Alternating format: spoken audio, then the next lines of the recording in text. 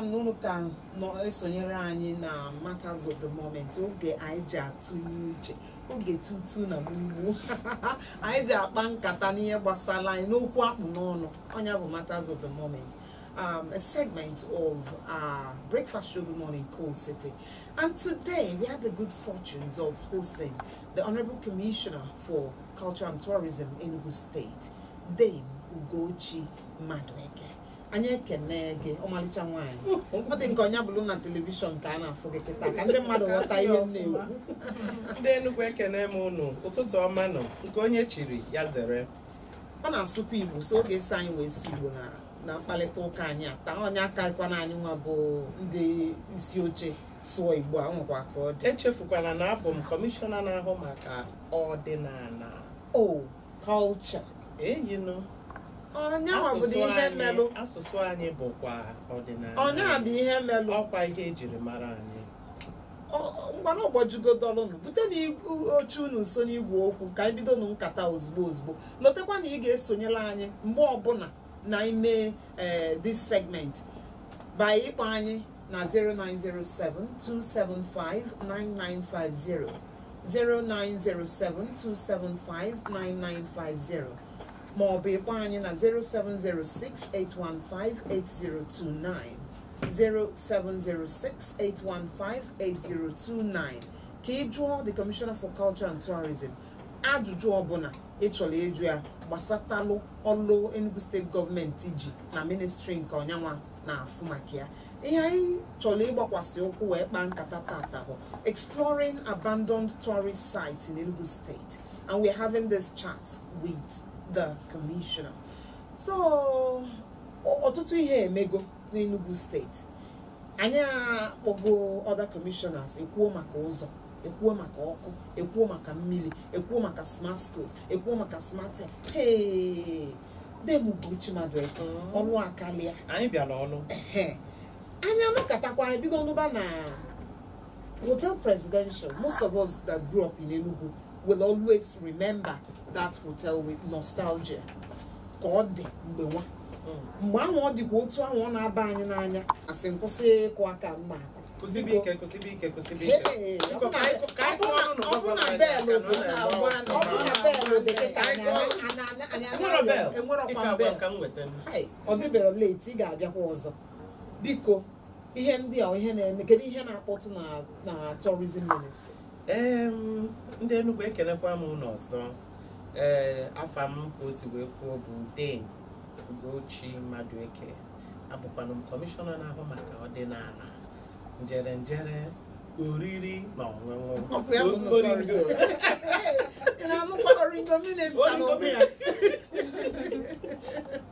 Ndị Enugu anyị na-ekene Chineke n'isi onye ndu anyị bụ Dr.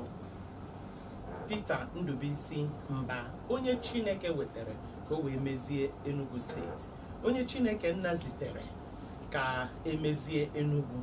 Nwada ihe kwuru bụ ezie n'ihi na ihe a na-arụ n'Enugu karịrị akarị, mana m ga-elimiti onwe m na ministry nke m. Ikwuru maka Presidential Hotel, ọ bụ ezie na ọrụ amalitela na ya bụ Presidential Hotel. Unu ga-amata, unu ga-echeta na Presidential Hotel bụ njirimara Enugu. Onye ọbụla bịara Enugu mgbe ọ bụ Presidential Hotel, onye ahụ ga-asị gị biko nọọ nnukwu mmadụ bata ọ na Presidential Hotel ka ọ na-eje, enwe nnukwute mmemme ọ na Presidential Hotel. Anọgidezie Presidential Hotel bịa nwụọ pii, mana Chukwu daalụ, His Excellency bịa wee sị mba na ma hapụkwa Presidential Hotel otu a n'ihi gịnị na ọ bụ njirimara Enugu. Ọzọ bụrụkwa na Enugu emepewego. Biko na ụmụnne m ndị wawa ndị Enugu be anyị, ihe a na-arụ n'Enugu kịta karịzikwara Enugu. Ihe anyị na-arụzi kịta bụ ka eweruzie Enugu, ka ewechite Enugu na ụdị ọ dị bụ mgbe nke ọkpara ha. Mgbe ahụ Enugu bụ the capital of ala Igbo. Ọ ihe anyị na-eme. Nya Presidential Hotel a ịgbafe ebe ahụ kịta ị ga-ahụ n'ezie na ọrụ na-aga n'ihu, na ọrụ ebidogo. N'oge adịghị anya a ga-arụchakwa ya. Ikwukwara maka International Conference Center. Ejere m one radio program nya, ofu onye kpọọ sị na enweghị ihe a na-arụ ebe ahụ. nsị ya na ọ dịrọ informed, meaning na ọ marọdọ ebe a nọ because na mụnwa na-eje inspection ebe ahụ ugboro ọrụ na-aga n'iru nke dị egwu na International Conference Center.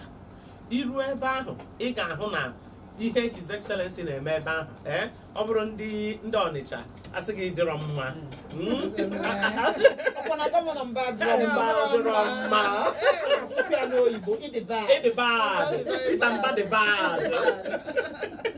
so the International Conference Center bụ ebe ga-eme Enugu adịkwa ndụ ọzọ. Ọ bụ ebe ga-project Enugu to the world maka na otu dị iche iche ga-abịabazi na-eme conference ha n'Enugu.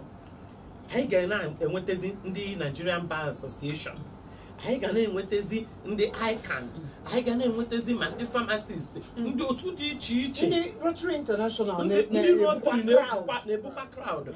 So ifu na kịta anụnwa n'Enugu kịta gbagodi m ofu ebe ị ga-host nwu ụdị function anwa ga-eri 3,000 people. Onwero ọ dịrọ. So International Conference Center ahụ dị nnukwute mkpa.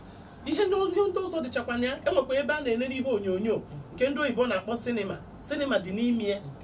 Enwe dome nke ndị oyibo na-akpọ dome ahụ will sit about ọ dịka ebe 1,000 people. Ejili ya na-eme hall. Yes, hall dị bụọ nnukwu agba hall dịcha. Nke dịzi egwu bụ na enwekwa ebe a na-ere ihe maka ndị mgbere. A ga-enwe shops kalịrị akali.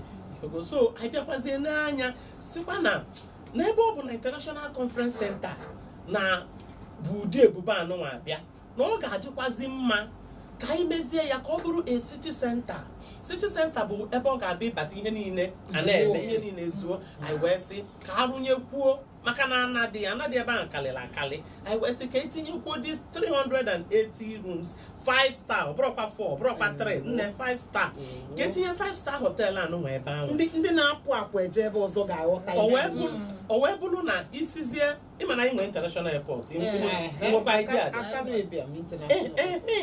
now ọ bụrụ na ị na-anya ịfụ na international airport anyị ahụ ọ naghị arụ ọrụ. Sọsọ airline na-abịa Enugu, international flight na-abịa Enugu bụ Ethiopian Airline.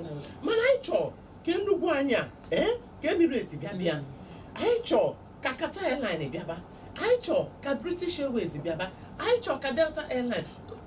Ha niile bịaba Enugu ọ ga-ada anyị mma.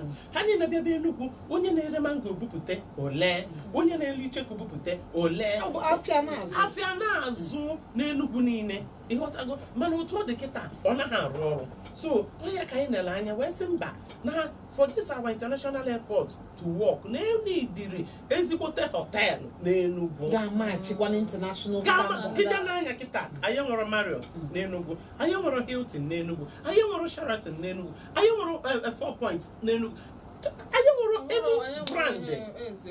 Then ị chọọ ka international airport gị na function, ị chọọ ka Enugu pụọ from ndị ọrụ oyibo to ndị ọrụ ebe a na-eje ọma work no. So His Excellency ya bụ nwoke nwekọ uche, o wee tụkwula anya wee sị mba na ebe ọ bụ na international airport dị, international conference dị, na anyị ga-enwekwa international hotel. Wee sị na ọ ga-abụ 380 rooms ozubekwe maka na ihe na-aga ime n'Enugu ga-adị egwu. In another 1 year unu ga-afụ ndị si ebe ha sị gị na Enugu ka ha na-ejezi ibi ịghọtago. So I was saying na this 380 rooms hotel dị nnukwute mkpa.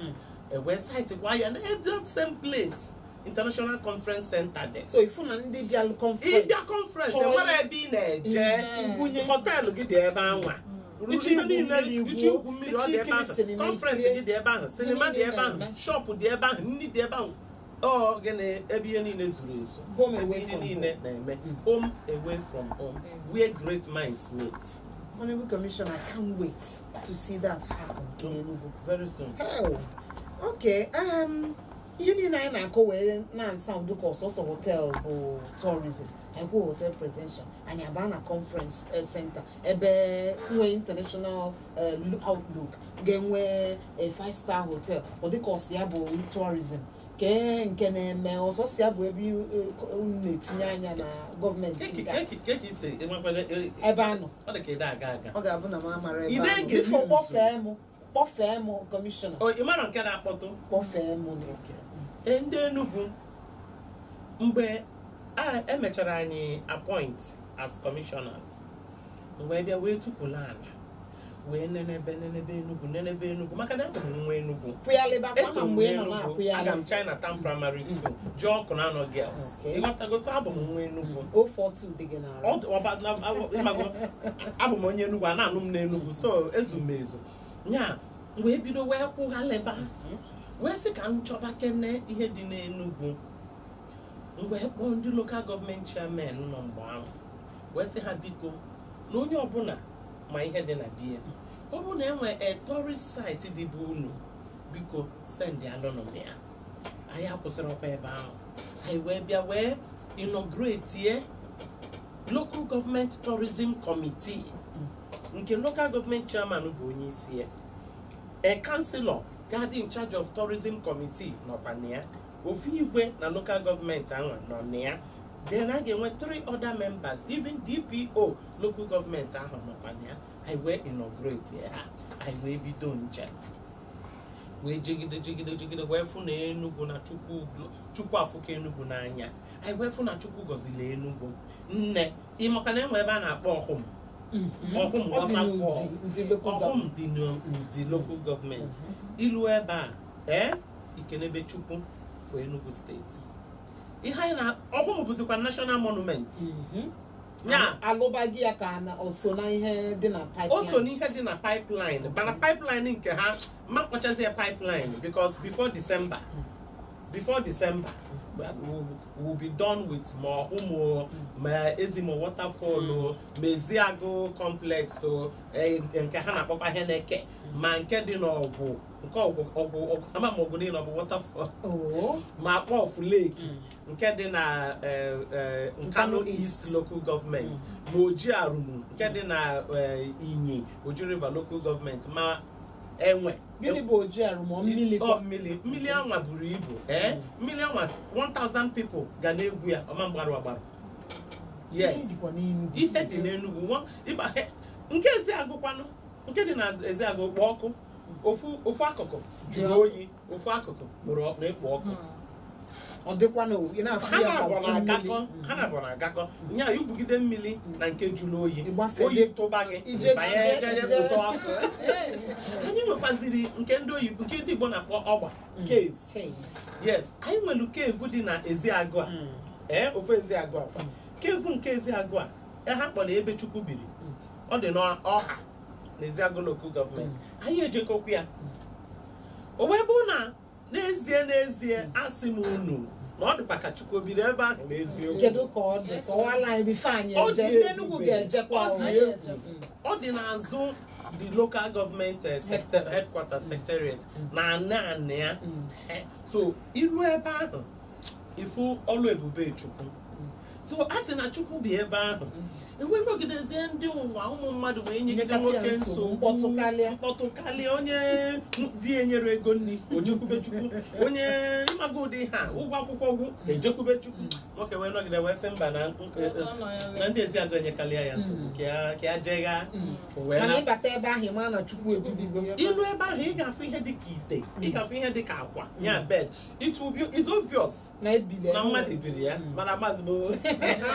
Commissioner sikwa anyị na-ebe Chukwu bili ebe Chukwu bili ị ga-ekwekwa that is the story ebe Chukwu bili anyị wee bịazi wee fụkwa na enwelu ebe obodo nwaanyị bụ Igwe n'Enugu steeti n'Enugu Ezike aha nwaanyị ahụ bụ Ahabi so ihe dịka palace nwaanyị ahụ kịta because she was the only female king enwego nwaanyị adabụ n'Igwe nwaanyị adabụ Igwe so ihe dịka ụdị ebe ahụ kịta gị na-atọ gị na asịrị nwaanyị adabụ Igwe nwere nwaanyị ga-abụ Igwe so anyị bịa ahazie ya anyị bịa anyị ahazie ebe anwa so that ndị nneta bịa akọọlụ ha akụkọ ha aghọta ya Enugu dị so blessed waterfall anyị nwere karịrị akarị ịghọtago ma nke bụkwa nke dị na-achị ọzọ m enwe nke dị n'ọgwụ nta Ọsụ so ịmago Enugu dị blessed.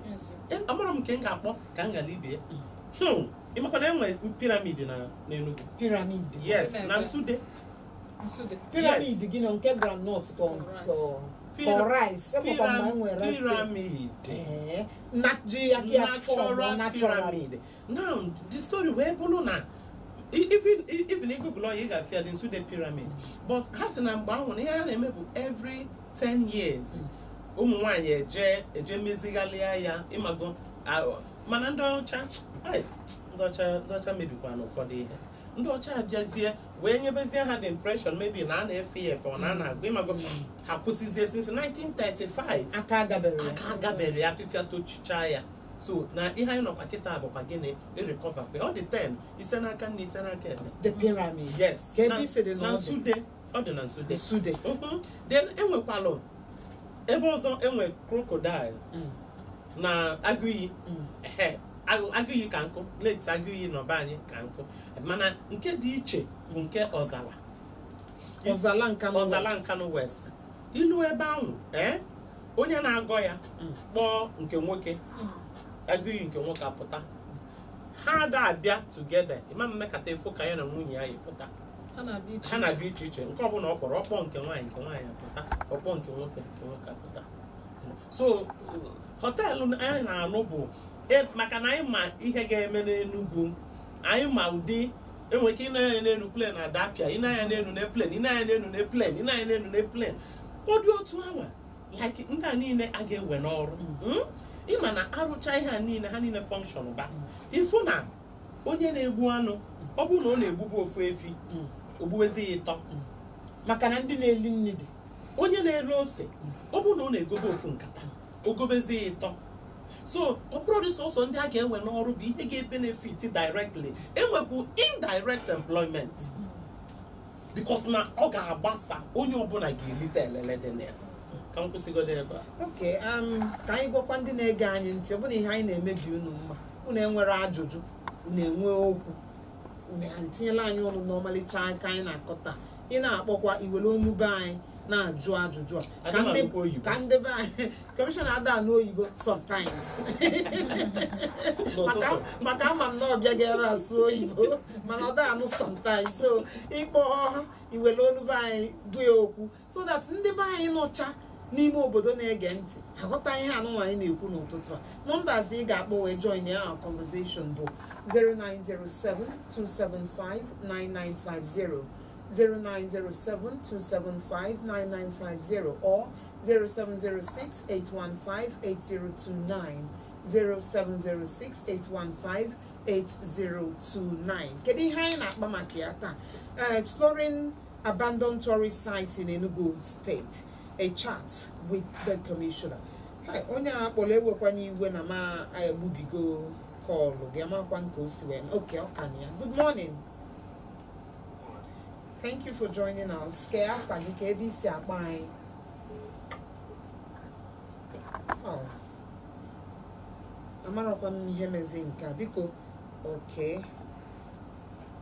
Good morning. Kwana anyị afa gị na ebe isi akpa anyị.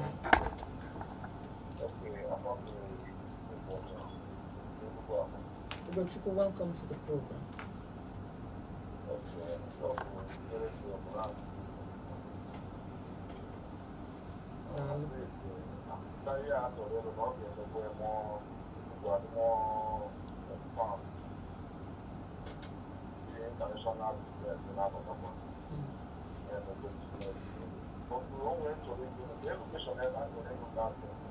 Actually, gịnị? Okay, ọ ga-aza gị akịta okwu bugokwu ya before mana ọ ga-aza gị akịta. Ugochukwu, daalụ maka isonyere anyị. Gaa n'iru na isonyekwala anyị na mkparịta ụka nka. Ọ dịkwa ka ị ga-akọwa ebe a na-alụ họteelụ ikwu na a na-alụ na International Conference Center mana ị ga-agbalị ya. Calls ka na-abatakwa ka anyị ka na-aza. Good morning. Daalụ maka isonyere anyị. Ke họteelụ? Okay, biko gwana anyị afa gị na ebe isi na-akpọ. Ugochukwu nke kpọkwa nkịta.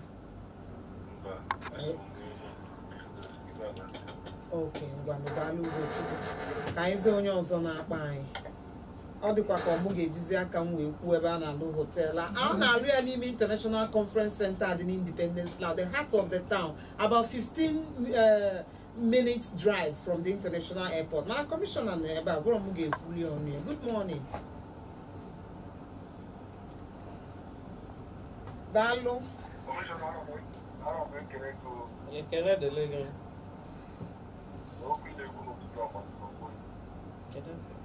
Ọ ga-akwa anyị afọ. Okay, nna m si na akpọ ọganik na-akpọ. Ngwa gaa n'iru ka ị na-agwa anyị okwu.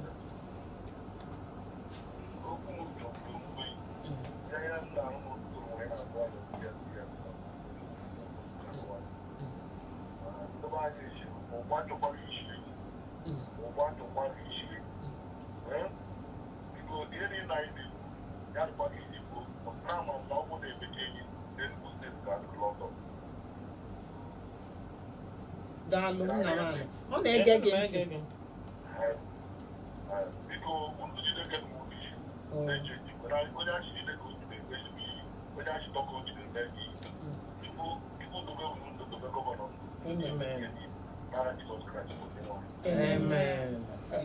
Ise ka anyị na-ekwukwa na a word of prayer from Nnamani. Ọ si ka unu jidekwa ka unu ji na onye asị na onye jide ka o ji na-eme ọfụma. Ọ sịkwa nke sọbụla ede anụ Igbo ka m ji na-akọwalụ gị ihe a. Ọ sị na ka ụgba dịkwa ka isi ya. Ihe ndị a niile gụpụtacha na revive ka ọ bụrụkwa eziokwu ka ọ dịbe maka na ya ma na o mee Enugu steeti ga-achawapụta. Onyenwa biko kọwakwa maka this 5-star hotel 350 rooms 380 nje wepụta ọ dị ka nchọ ka lụọ ya na be m. Biko kekọkwala ha ọfụma ebe a na-alụ ya n'ọkwa the heart of the city. Daalụ nụ ọzọkwa ebe a na-alụ ya bụ 380 5-star hotel bụ n'ime the International Conference Center. Ọ bụ na ị na-aga Ọkpara Square dị n'aka nni, International Conference Center dịkwa n'aka ekpe n'ime ana anwa dị na International Conference Center maka na o bido n'ebe Ọkpara Square anwa wee pụkwa side government house. So o buru nnukwu ibu. Ọ n'ime ebe anwa ka a ga-alụ the 5-star hotel 380 rooms. Ama m na Ugochukwu na-abụ jụrụ ajụjụ a na unu enwetago ọsịsị ya. Kọmishọna gakwa n'iru n'ịkpọgosila anyị lots of waterfalls, water bodies, caves. Ha na-achọkwa revive pyramids. Did I even forget that? Amazing sights. Ọ gwakwala anyị maka sites. Ebe okwu na nwaanyị abụgola eze n'Enugu steeti, Enugu Ezike in the past. So ọ bụ na mma bụrụ onye Enugu steeti si ebe ọzọ na-abịa achọkwa ịma biko kedu ka ebe eze nwaanyị anwa bụ eze kedu ebe obi kedu ka m na-afịa ọ ga-eme gị ka ị relate resonance with the story. Ihe ọzọ ọ gwakwala anyị nkịta wee bụrụ na onwe nke tọsịrị m ebe Chukwu bi. Ndị a believe na Chukwu and o nwere ihe melụ ha ji wee believe na Chukwu. There was solution ha na-enweta ebe ahụ. Onye ọbụla bi ebe ahụ mgbe ahụ egwu ogbo olu gị mkpa ọbụla ka ịkwana ihe ọzọ ịma bụ Chukwu. Ọ bụrụ kwasa ebe ahụ ka ọ dị anyị nwekwa anyị n'ọlọ dị na ebe Chukwu bikwa n'ọga. In fact n'ọlọ nke ọlọ anwa ka dị buru nnukwu ibu maka o bido na Anambra na Owerri Ezukala. O bido side Owerri Ezukala iru ebe ahụ efu n'eziokwu na Chukwu bi ebe ahụ. Ọ dịkwa ka ndị Enugu steeti ga-emezikwa ya kịta aka. Owerri Ezukala dị na Anambra mana ha na ọlọ nwee boundary. So nke Owerri Ezukala anwa stretch kwa wee bata ọlọ na Oji River local government. Mana ịma na ha niile kalị ọ bụrụ ihe anyị ga-etinye aka mebe ofu oge. Isi na ị ga-eme ofu oge mana ị na-ekwu eziokwu. And I'm going to discover up to 80 something. Ọ dịkwa modern. ọ dị modern mana gọvanọ anyị bịa sị na ọ ya ewelo revenue Enugu steeti from $4.4 billion wee jee $30 billion. ama m na o socha na ihe mego iji wee tinye aka na ihe ndị a. So apart from imebere Enugu steeti ka ndị ọzọ fụ ya, enwe ihe ndị ọzọ ibugasị n'obi? ịma na ministri anyị abụla ibu. Ministri anyị hospitality dị na ya, culture dị na ya, tourism dị na ya, creative economy dị na ya, which is ma ndị na-eti egwu ma ndị Nollywood. Okay, abịa na nke culture enwe ihe anyị mere kịta, anyị bịa kpọkọta ndị dibịa niile ọnụ, ndị eze nwaanyị niile, ndị eze nwoke niile, wee kpọkọta ha niile ọnụ, ha wee nọrọ under one umbrella. We inaugurated them last month. Anwezie onye ndu kịta before ịgba afa o so n'omenala ị ga-eje ị ga-enweta permit. Ị ga-enweta permit gị from the ministry.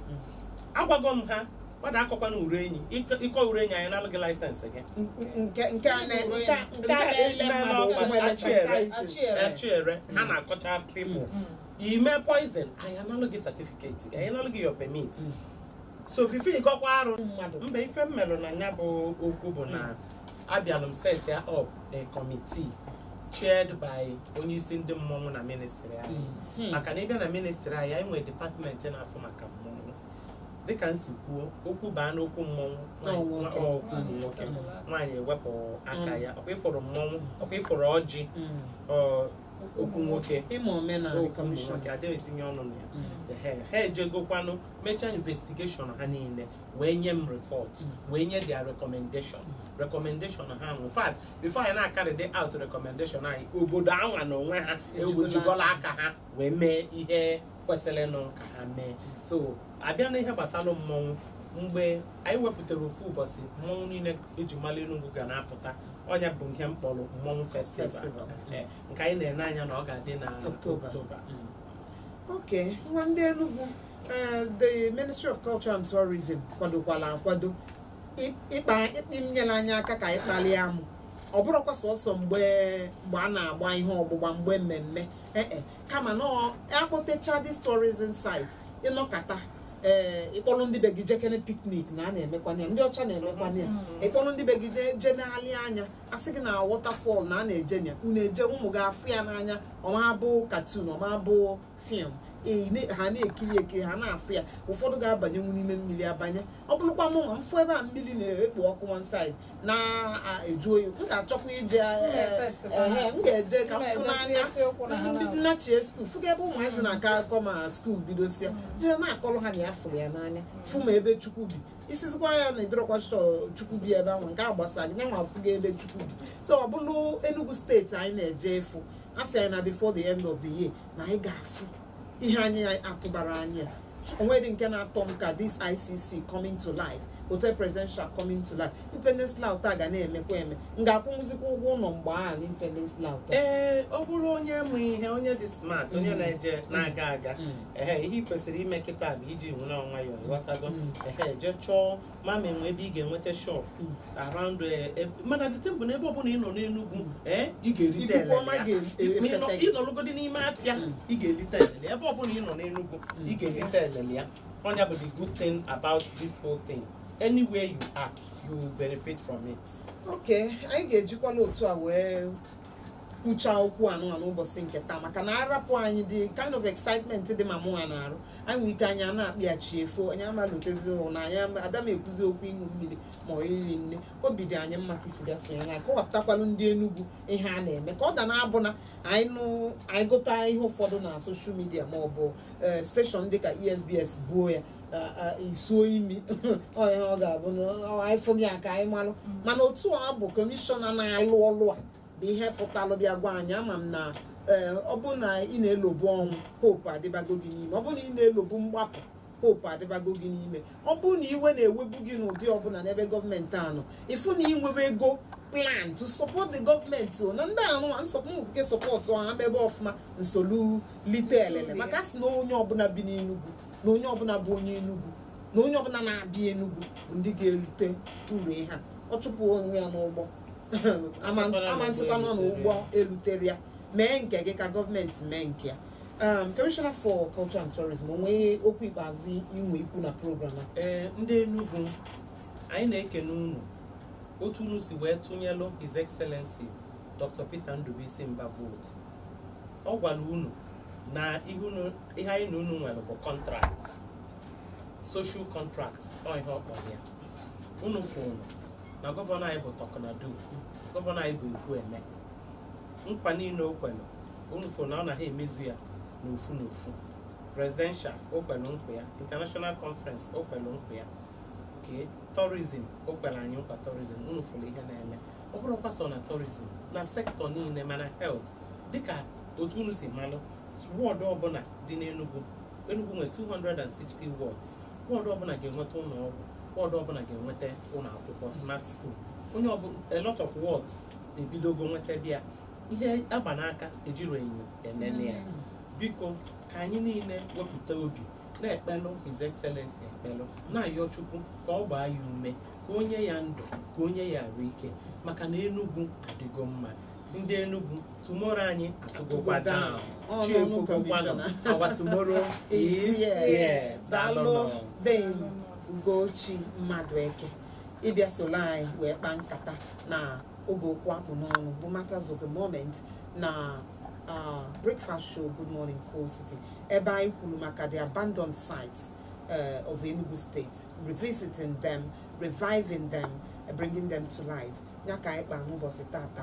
Anyị anụghị ya na over 85 abandoned sites ka a na-etinye anya, 10 or thereabout ga-adị ready before this year agwụ. Anyị kwukwala okwu n'ihe ndị ọzọ, chief of which na ọ bụrụkwa ijecha n'ime obodo ndị a wee jee nene anya the tourist site ma ọ bụ je visit ya, na ọ bụ na a ga-enwecha security because the communities are involved, so that ọ bụ na ije ikiri anya ihe ọbụla ama mme gị and ịnụkwanụ na o nwere ihe na-eme mmadụ ọgụkwa gị agụụ ije echi. Daalụnụ maka isonyere anyị, daalụnụ maka ige ntị. Ndị niile kpọrọ Ugochukwu 1 and 2, Nnaemeka Gabriel Anichukwu, Okwuchukwu na ndị ọzọ niile na-enwere ike ilota afa ha, daalụnụ maka ịkpọ anyị. Ndị anyị na-enwenwere ike ịza kọl ha kwa maka oge ka anyị wee hapụ kọmishọna abịalụ isome imeela anyị program ka o wee nwee ihe okwu. Daalụnụ, nnọdụ ọfụma, anyị ọbụla sepụkwa aka n'ihe ọjọọ, mee nke gị ka gọọmenti wee mee nke ya. Thank you. My name is Ngozika Mba, signing off on the Good Morning Coal City Thursday edition. Join us tomorrow for the Thank Goodness It's Friday edition of the show. I'm out of here. Choma. My name is Chioma Agulana. I'll be here tomorrow to ensure that you are really entertained.